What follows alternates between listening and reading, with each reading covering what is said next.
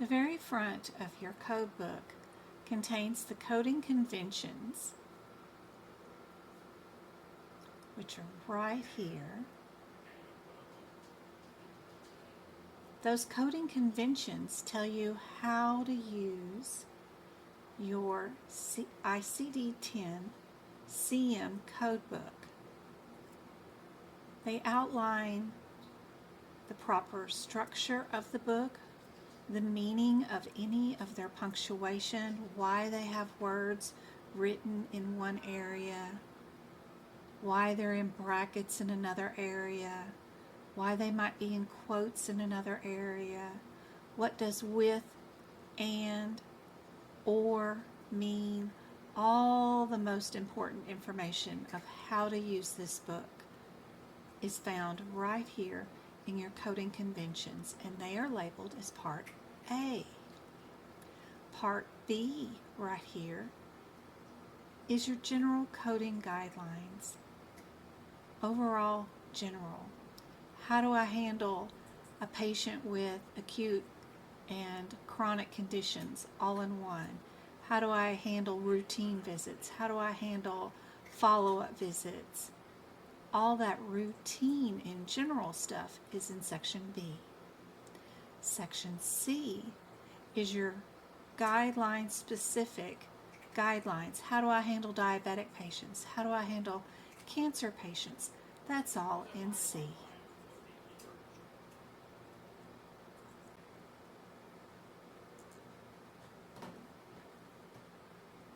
After your ICD-10 guidelines, the index of diseases is next.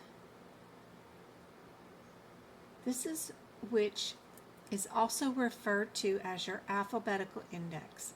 This is where you will start to locate any ICD-10 code you're looking for, like a disease, cardiovascular disease, impending heart attacks, anything disease related you will look in your alphabetical index for. The next index is your table of neoplasms. This is where you will go for all of your neoplasms, and they're just sorted by body parts.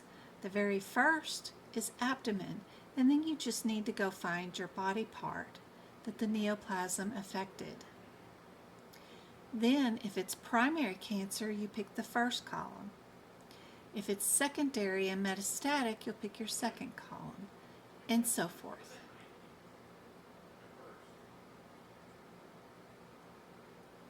The next section is your table of drugs and chemicals.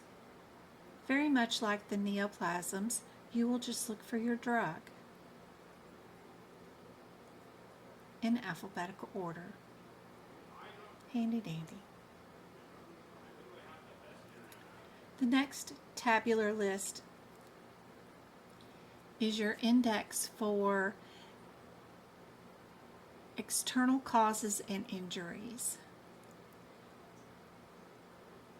There is a guideline that you'll find in your general coding guidelines that will let you know that there are 5 components to this, and if you have all 5 of them in your office note, they do give you a particular order in which you will code them in, and I like to write that at the top of my heading, but it's real handy dandy. This is where you will find and document the place of an accident, the status of your patient, all kinds of stuff. Really helpful when dealing with accidents, injuries. The last is our tabular list. It follows your external causes of injuries. The tabular list, which it says tabular list right there, is the section containing the actual numerical ICD-10 CM codes and their descriptions. You will find the code that you want to look for utilizing these indexes, either your external causes, your alphabetical index, your drug or chemicals table or your neoplasms indexes, and then that will refer you to the code in your tabular list. And this is where you will find the code and its description. One important thing to note, that if your ICD-10 code is 7 digits long, it's always really handy to stop at the first 3 digits. So if you stop at A00 before you go down to A00, 2, 3, 4, whatever, you will find a little hint about your guidelines that are associated with this particular code set at the very beginning of your first 3 digits, and that is really handy dandy. Another noteworthy thing that you have in your index of diseases is that in your general coding guidelines, you've got a guideline about acute and chronic illnesses. In your index of diseases and injuries, you've got these yellow lines that go down on every page, noting the 2nd and 4th indentation level of these codes inside this index. If acute and chronic are not on the same indentation level, then they cannot be billed on the same day.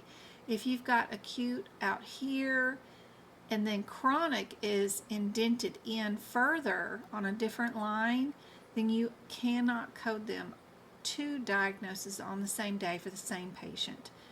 As long as acute and chronic are on the same indentation line, then you're allowed to use that code as a same-day appointment for both diagnoses, and acute always goes first. They've got so many helpful features inside this ICD-10 book, but this is just a small breakdown of what you will find inside your ICD-10 book. I hope this is helpful.